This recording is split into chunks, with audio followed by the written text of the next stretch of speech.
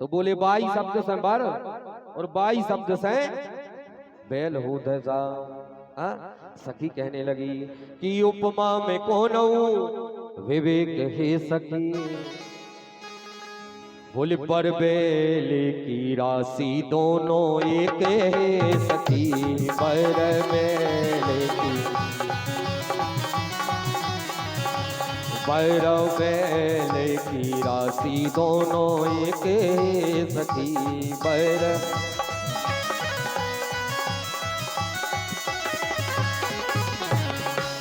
देखो बाई शब्द से बर बन गया और बाई से बेला बन गया तो दोनों की राशि एक हो गई। तो हमने तुम्हें बर और बेल बना दो, का दिक्कत कर दे। राम जी कहने लगे चलो ठीक है दत्ता, शंकर जी घाई ना दिया बनाती तो ऐसा ही रहते। तुमने बेल बनाओ वही कोलू को बना के धर दो।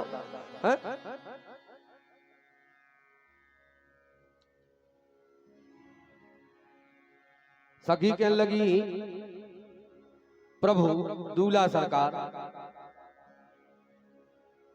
हमने तुम्हारे लाने कोलू को बेला बनाओ तो तुम्हें बेजा बुराव लग रहा। राम जी कहने लगे है ना बुराव, बताओ कोलू को बेला। सारी कहने लगी जा बताओ कोलू को बेला का करा था। बोले तेल पीरा था, सरसों घानी पीरा था कि नहीं कोलू में। तुमने तो हमारों की उसे ज्यादा गत करी है। हमने तो तुम्हें सांचों में नहीं केवल बातों में बता रहा है कि तुम तो कोलू के बेल हो, सांचों के तो बनाए नहीं, लेकिन तुम तो उसे खराब गत करा था मोरों की। बोले का गत करा था। सखी बताती है, साली कहती है कि पेरे तेल सरसों घानी है सखी। बेला का पेड़ बोरे बेले बेल सरसों तेल घानी है सखी। लेकिन तुम तो 84 लाख योनि के परमानी है सखी।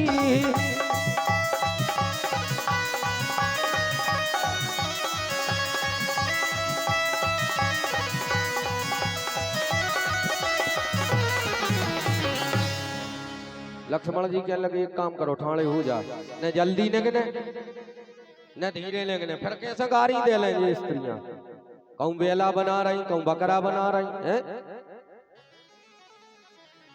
राम जी हंसने लगे, कहने लगे लक्ष्मण ये सालियां हैं, तुम कुछ भी कर लो ये गाली देगी देगी। लक्ष्मण जी कहने लगे ऐसे कैसे थे, ठाणे हो जा तुम। राम जी कहने लगे ठाणे भाई जा रहा है, ठाणे भाई।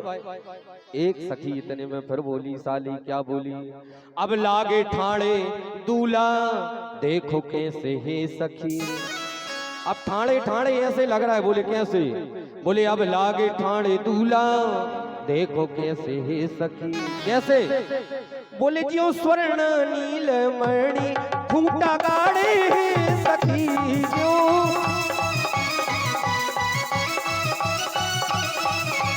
ज्यों स्वर्ण नील मणि खूंटा गाड़े है सखी।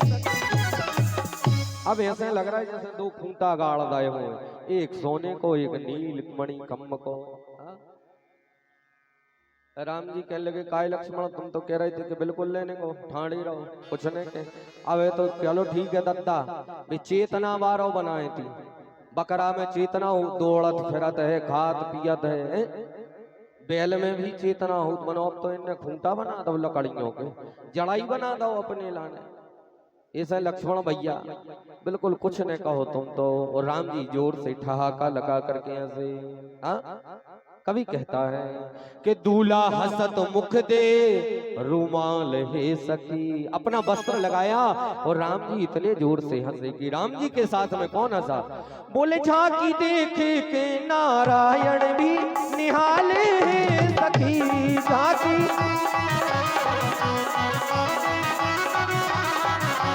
झांकी देख के नारायण भी निहाल साफ वर्णन आया।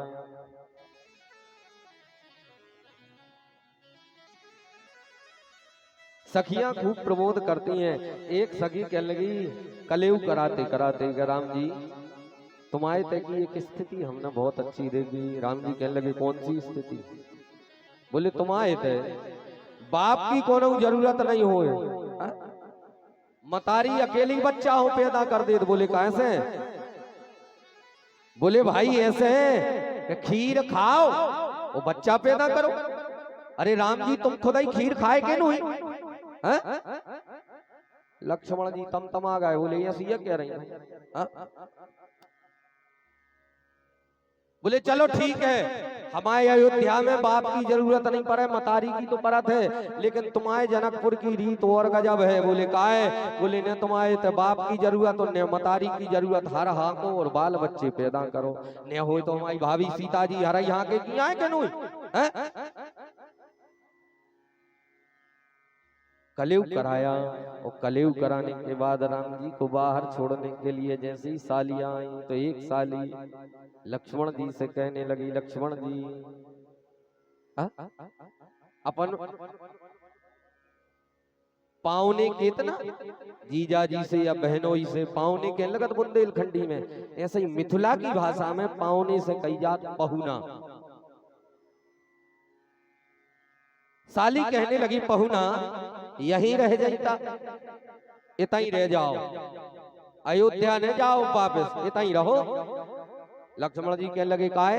हमारे तो रेवे जगह न काहे रहे थे। सारी कहने लगी अवध जईता तो का खाईता, अवध जे हो तो खे हो का।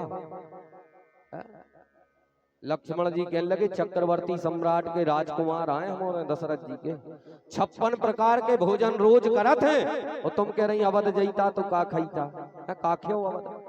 सारी कहने लगी जे कछु तुम्हें जनकपुर में खावे मिल है वो तुम्हारे ने अयोध्या में कबू नहीं मिल सके। जनक जी लक्ष्मण जी कहने लगे ऐसो नहीं, जनक जी से भी ज्यादा समृद्धि मेरे पिता दशरथ के यहाँ है। सारी कहने लगी हुज्जे समृद्धि, मनो हम जा सांची कह रहे, जो चीज तुम्हें जनकपुर में खावे मिले है अयोध्या में कबू नहीं मिल सके। लक्ष्मण जी कहने लगी ऐसी कौन सी चीज है जो अयोध्या में हमें खावे न मिल? सारी कहने लगी गारी, हम और रोज करी है तुम्हें, और अयोध्या के तो तुम राजकुमार आओ, कौन की ताकत नहीं के तुम्हें गारी खावे मिल जाए, कौन तुम्हें गारी दे देवे, इतने मनो रोज तुम्हारे लाने बात बात में गारी खावे मिले है। रे जा सखियां खूब विनोद करती हैं, राम जी सरकार से कहती हैं क्या? बोले दूल्हा राम से अरिहा ए दूल्हा राम से करे रे रिया, ओ जनक पूरी की रे सखिया,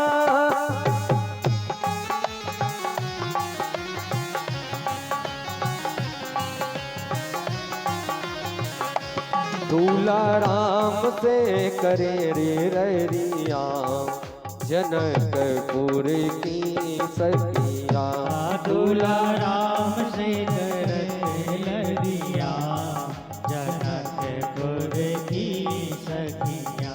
सखिया कहती है राम जी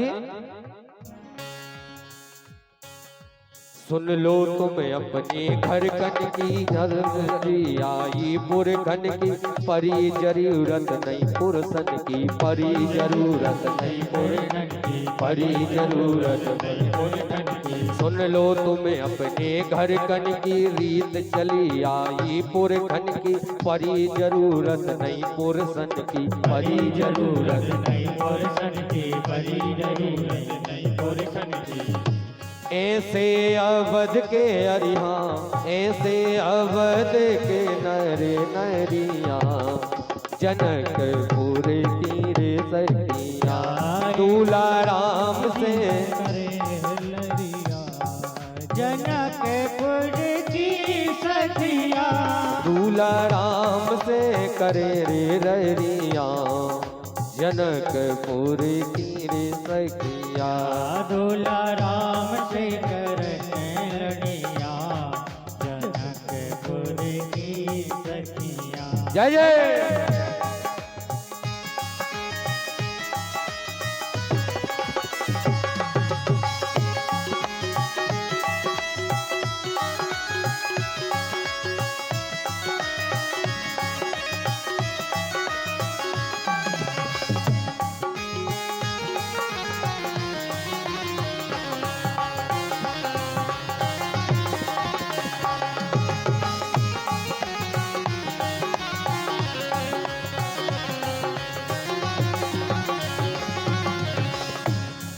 साहब सालियां कहती हैं प्रभु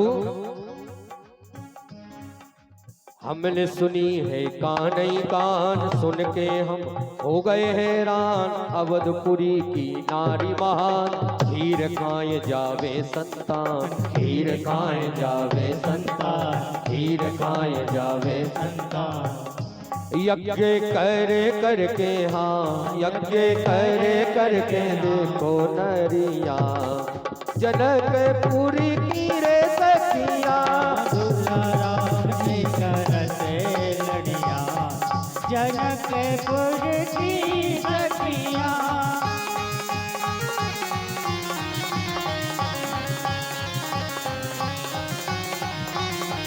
जय जय।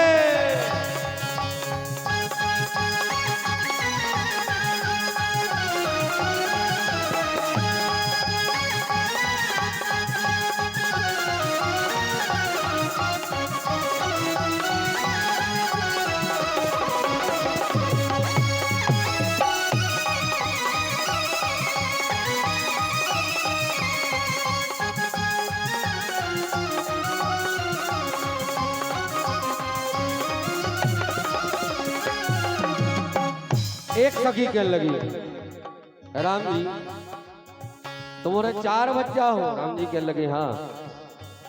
दशरथ जी के लड़का हाँ। तो बोले 2 बच्चा लक्ष्मण और शत्रुघ्न गोरे हैं और 2 जने तुम्हारे सांवरे हो। हाँ? जो क्या है सखी कहने लगी एक बात मन भाई न मोरे, एक सो रंग नहीं मिलोरे। कछु सांवरे कछु है गोरे, कछु सांवरे कछु है गोरे, कछु सांवरे कछु है गोरे। एक बात मन भाई न मोरे, एक सो रंग नहीं मिलोरे। कछु सांवरे कछु है गोरे, कछु सांवरे कछु है गोरे, कछु सांवरे कछु है गोरे। गारी गा रही अरिहा, गारी गा रही रे देखो नरिया, जनकपुरी की रे सखिया।